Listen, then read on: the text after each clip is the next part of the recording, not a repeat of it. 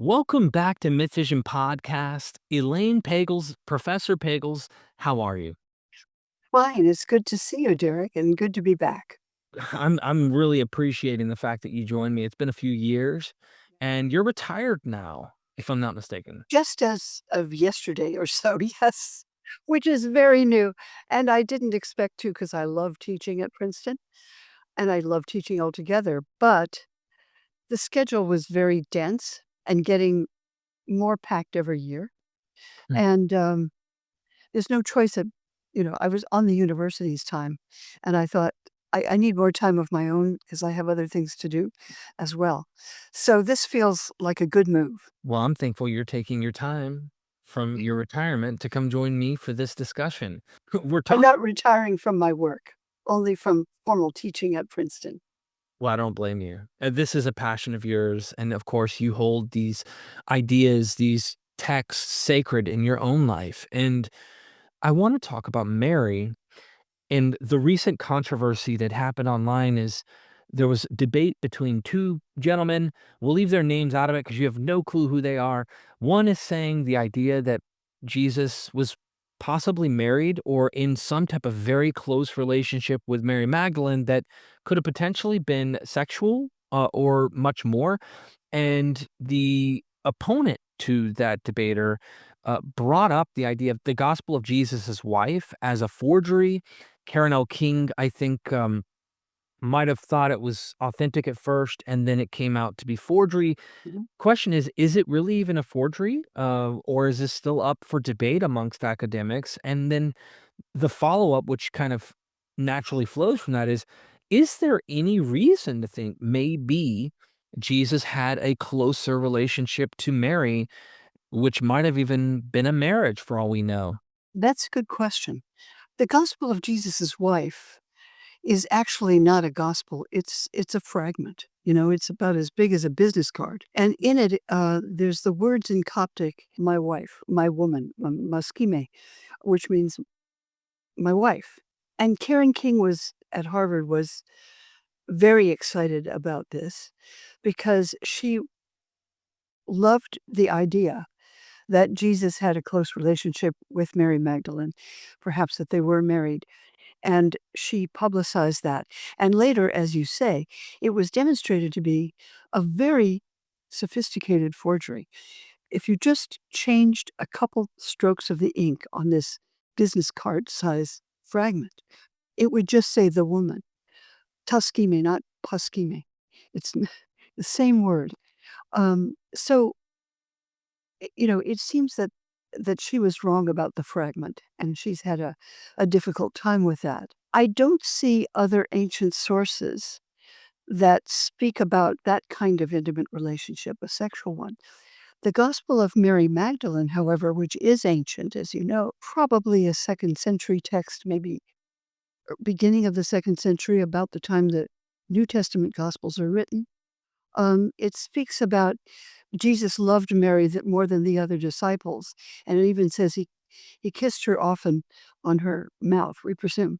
And that suggested a very intimate relationship because the other disciples are jealous, and they say, "Why do you love her more than us?" That doesn't suggest necessarily a sexual relationship, because if you can I mean, when the person who wrote the Da Vinci Code, uh, Dan Brown, read that in the Gnostic Gospels, because I quoted it, he said, "Ah, you know, they were obviously lovers," and then he went on to write a fiction about it. But if he read the rest of the Gospel of Philip, he would have seen that in this text, Mary Magdalene is a symbol for the Holy Spirit and the joining of the human with the Holy Spirit. So I think in that text, it's meant as a metaphor. That's my reading of it. We don't know what actually happened, of course. Some people point out that if Jesus was like any other rabbi, he would have probably been married because that's always been the rule for rabbis in ancient times, as it is now. That's an interesting observation. Is the kissing of the lips even potentially something more esoteric? I recently am writing an article, well, not an article, but I write like these long scripts to prepare for my documentaries. and they get into the weeds of interesting ideas.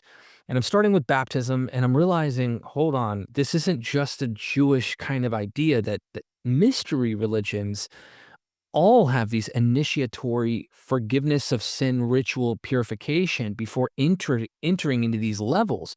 And I know this is kind of derailing off of Mary here for a moment, but the feminine divine being incorporated in somehow, and Sophia and wisdom, and at one point, Asherah, right? You go far enough back. The question then becomes, is this a mystery religion of some sort? And I'm beginning to think there really is something to this idea. Of course, it's unique, but it has these layers of wisdom and insight for those who are able, that are in certain levels amongst the Christians. What are your thoughts about this idea? Well, I think it's interesting because there certainly were levels of initiation in certain Christian groups, and those who went on to the secret gospels, unlike the public gospels of the New Testament, which talk about Jesus talking to what he spoke in public, reporting what he spoke in public, the secret gospels claim to tell you what he taught in secret. Now, you would have to be initiated. The church father Tertullian said they had a 5-year initiation process before you could enter into the secrets. The gospel of truth suggests to me that it was done actually for Christians joining the faith on Holy Saturday, the night before they're baptized. They pray all night, as Christians did in antiquity, and many still do. They have a vigil all night, and in the morning, they're baptized. That's the time, that the one time they would baptize Christians. And the gospel of truth speaks about that, and it speaks about kisses. And if you know ancient Jewish tradition, people kiss, usually on the cheeks, in rituals, but who knows? There's also, I don't know if you know the wonderful writing of Apuleius, the Golden Ass, Mhm. On in ice with Isis? chapter 11, in which the initiate, which is the author, describes his initiation into the mysteries of the goddess Isis. And it's not that he becomes, in any sense, a lover of the goddess any more than one becomes a lover of Jesus, right? It's not meant literally. But there is an initiatory process, and we know very little about it. Wow. One little comment about that, the whole baptism, which we know adoptionists, we like to call them adoptionists, would practice. I think it was also not Ignatius. It may, one of the early church fathers, it may have been Ignatius, who commented about the early Basilidians, and they practiced on the night of the 5th, early morning to the day of the 6th, this epiphany of Jesus with his baptism. And of course, they imitated through these initiatory kind of salvific processes of getting practicing what Jesus did through baptism. That day, I found an interesting connection with the 5th of January, day of the 6th, to uh, Pliny the Elder, who actually points out that this is the same day that the Epiphany of Dionysus is celebrated, and they actually have a festival on the Nones of Janus where the Epiphany of the god appears, and these streams, depends on the source. Sometimes it's springs, sometimes it's fountains, sometimes it's creeks and rivers and things like that, transform into wine. And then you get this interesting gospel we call the Gospel of John, and it has this wedding at Cana. And just so happens that Christians all kind of shift these dates and these activities to where Epiphanius in the 4th century in his Panarion actually describes that they celebrate the baptism, the birth, and the wedding at Cana, all three on that exact day. And then he wants to dismiss any other practices from any other groups, of course, that do it still to that day. Ion is one of the gods, and Dusares is another one. So I just thought about there's so much here. I'm like, I love this stuff. I just love it. Well, I more often think about the Jewish background of the Gospel of John, in which the the scene at Cana is understood as the transformation from the teaching of Jacob, the well of Jacob, what came out of ancient tradition, and the transformation to the better wine, which is the teaching of Jesus. And that could be connected with the view that Jesus as Messiah would join with his bride, which is Israel. I mean, that's still in Kabbalistic Jewish practice. Right. The Shabbat is the meeting of the Lord with his bride, which is Israel. And it's acted out by rabbis who that night join with their wives to celebrate the mystery of Israel joining with the Lord. So there's a lot of symbolism, Right. and it's played out differently in different groups. It makes me think so much, Elaine, about the kind of competitive nature, but who are they targeting?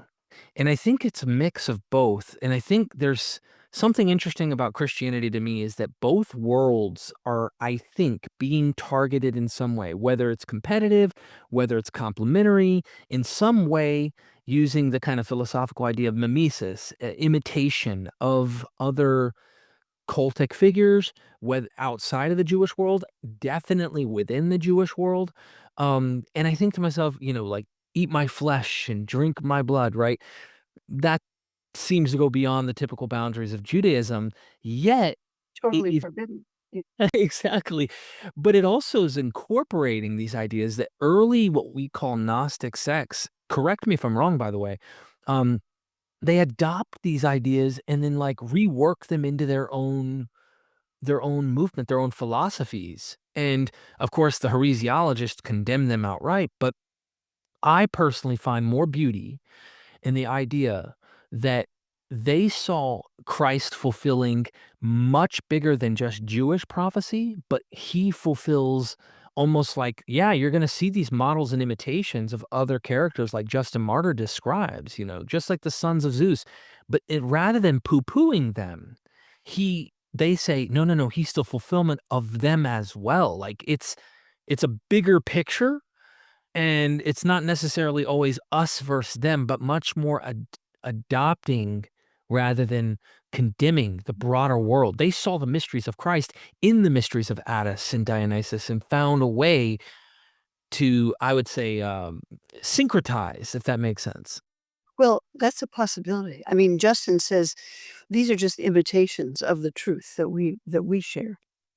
And I know in the Gospel of Philip, it speaks about the sacred marriage is between Adam and Eve, and then Christ and the church. So Christ is the bride of the church. That's Paul's metaphor. And in the Gospel of uh, in the Gospel of Philip, it's seen as the human Adam joined with the Spirit, the Holy Spirit. So it becomes a metaphor that's played out in many ways. In the Gospel of Philip, I don't see any literal use of sexual imagery, but sexual imagery has always been for mystics the natural language. Think of St. John of the Cross in his beautiful poem, um, which is what is it? Um, Dark Night of the Soul. He talks about Christ as his lover, Mm. and he joins with his lover. And St. Teresa uses the same kinds of language of joining with Christ.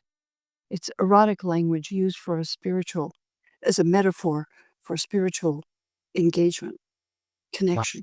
Wow, there's so much there, that makes me think of this again, wedding ideas. A lot of people think Mary was extremely close to Jesus.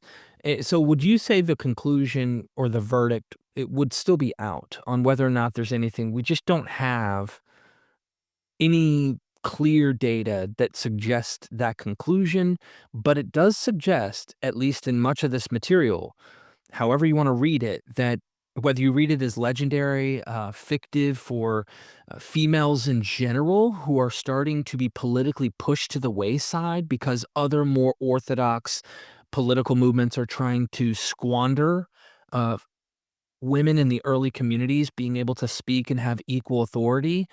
There's so many ways to interpret this. Where do we go? Well, what I find interesting in the Gospel of Mary is that I think that does speak for just what you said, for women in the early movement who were being told, "You don't belong, this is a movement for men, get out." And the Gospel of Mary challenges that in the name of women, I believe, who championed Mary of Magdala. And they do say, no, she had a closer relationship with Jesus than Peter did. And it's not depicted as a sexual relationship, but it says he loved her more than us. He trusted her with his secrets, and he didn't tell Peter the things he told Mary, so she was closer to him.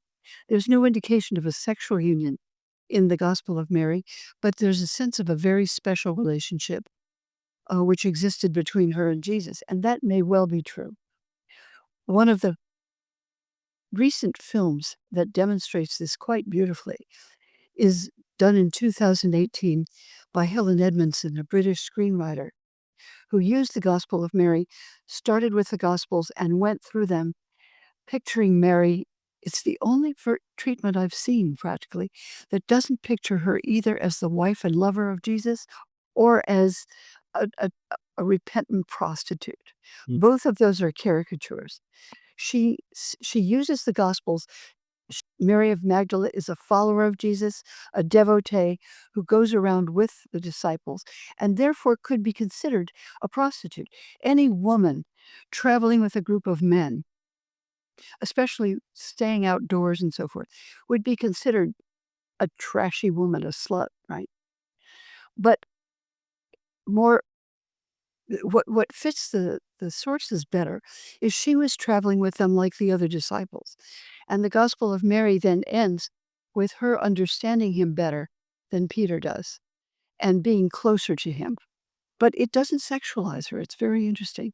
It speaks about a deep spiritual connection between them. So much. It reminds me of John, where the beloved beats Peter to the tomb and, Yes. of course, is closest to Peter. This is a very fascinating way to push Peter to the side and have him become subordinate to others in front of him. There seems to be, and my recent conversation with John Dominic Crossan, he kind of implied this idea that there's like competing visionary accounts, competing kind of accounts like this. They're purposely doing this so that the communities that seem to be latching on to these particular, I almost want to use avatars for characters, because even if there are historical people, they become symbols for groups that claim genealogy in some way or latch on to these certain characters. Peter gets pushed to the side in John, but in other cases, he's the top dog. Mary pushes all of them to the side, and she's the closest one in this particular community. And then I want to bring Thomas in for a second, because Yeah. I feel like the Gospel of Thomas is so neglected, and Christian apologists I've heard online lately will end on this note because there's so much more to talk to you about with this. Uh, they laugh at the idea that Thomas may potentially be the earliest or one of the earliest materials depicting Jesus sayings or something to that effect. I know that Goodacre has written a book where he thinks that Thomas, as we have it, knows of the four gospels. He's tried to make this argument that he thinks that it knows of the four gospels.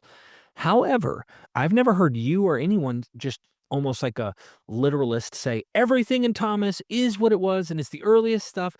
But you do, and other scholars, I imagine, think there's material in Thomas that actually may go back to some of the earliest formation of the Christian movement.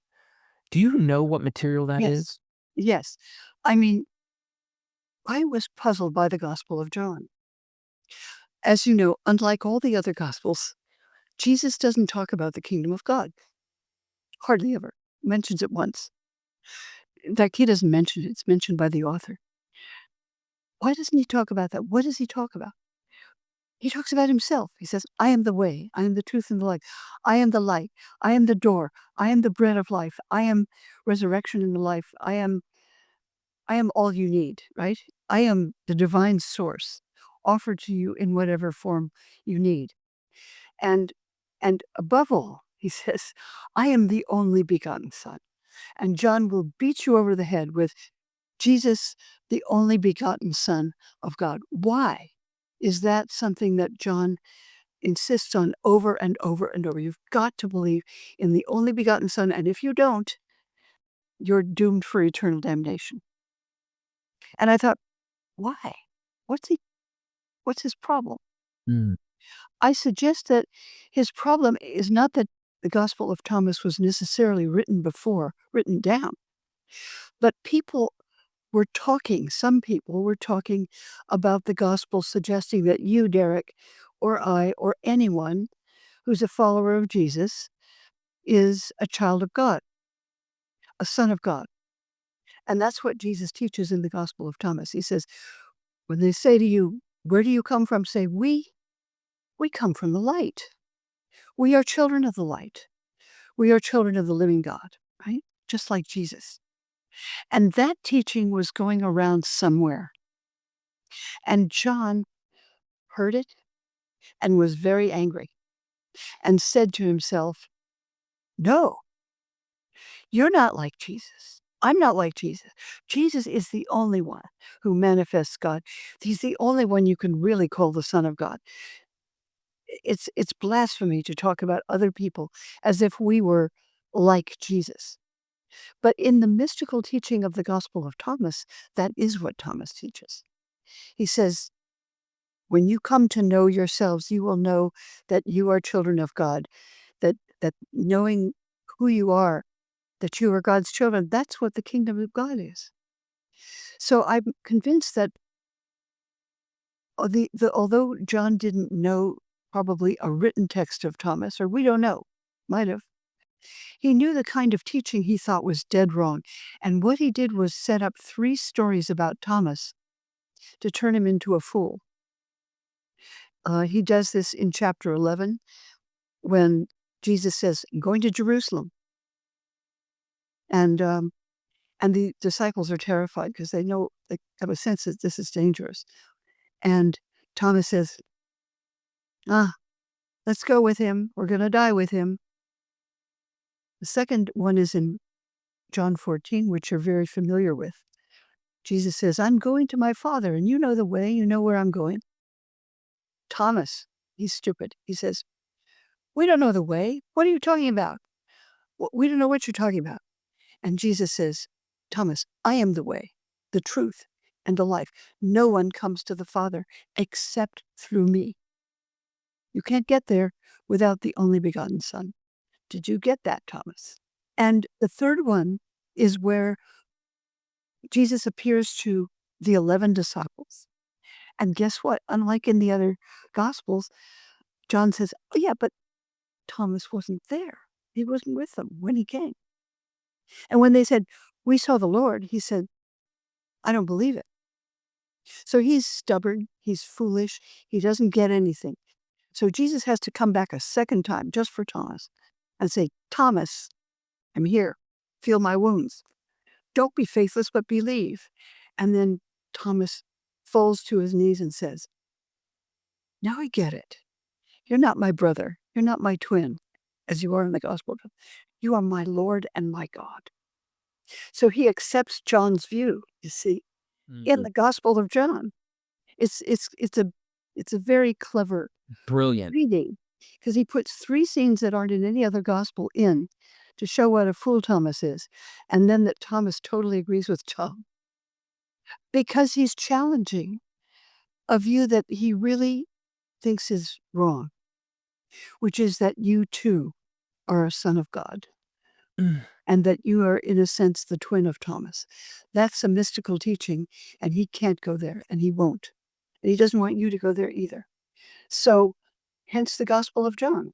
That from my own life's experience, if I will, the way I've described it is I was always religious and extremely, like, gullible, kind of a fundamentalist. I think I told you this at the restaurant when we ate down the road from your house in, your summer home, and I was crying because the kinda trauma and experience I went through from drug addiction and everything that I've done and just where I'm at now. And the analogy I would give my experience when my mom and them like, You're not a Christian like you were at all anymore." And I go, "Well," the way I would describe it is I went through these hills of knowledge and learning and all these things, trying to find God and trying to understand it, and then at the end of it, there was this mirror, It's like a metaphor, like a mirror, and I saw my own reflection, and I loved myself.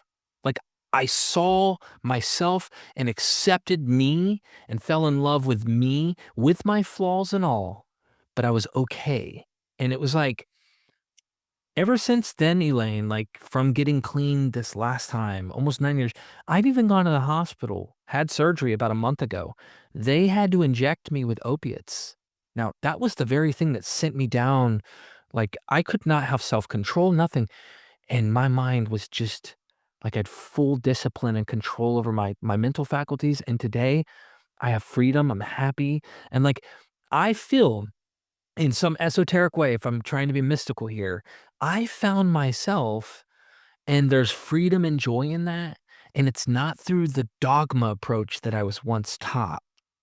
So there's something about this idea that I can interpret this mythos, if I can, into myself, internalize it, and realize that I have that, if that makes sense.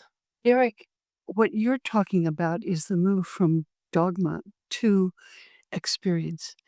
And the idea of looking in the mirror and seeing yourself and being able to love yourself.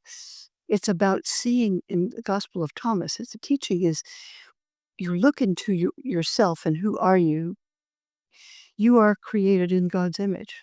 You see light, and the image of a mirror actually occurs Hmm. in some of these texts. And when you have that experience, it transforms you. It's not about believing in a bunch of things. Right. It's about a deeper sense of recognizing that you're created in the divine image, and that's a beautiful image. Hmm. And and and that every human being has that potential. I recently went to a prison in Nashville, Tennessee. Somebody I know, a minister, was teaching a course on the secret gospels on death row in Nashville, maximum security prison. And he said, the members of the class asked me to come. So would I come? And I said, yes. So I went down there. My husband and I went together, and a couple other people went into the class on death row. And I felt I had something to offer, to say that because you're a human being, you have access to the divine source within you because you're created in the image of the source from which everything came. And it's not dependent on what you believe, what's in your mind, or what you don't believe, or what you've done, even. It's deeper than any of that. And you could find your way there. It's not obvious. It's a difficult thing to find your way there. Yeah.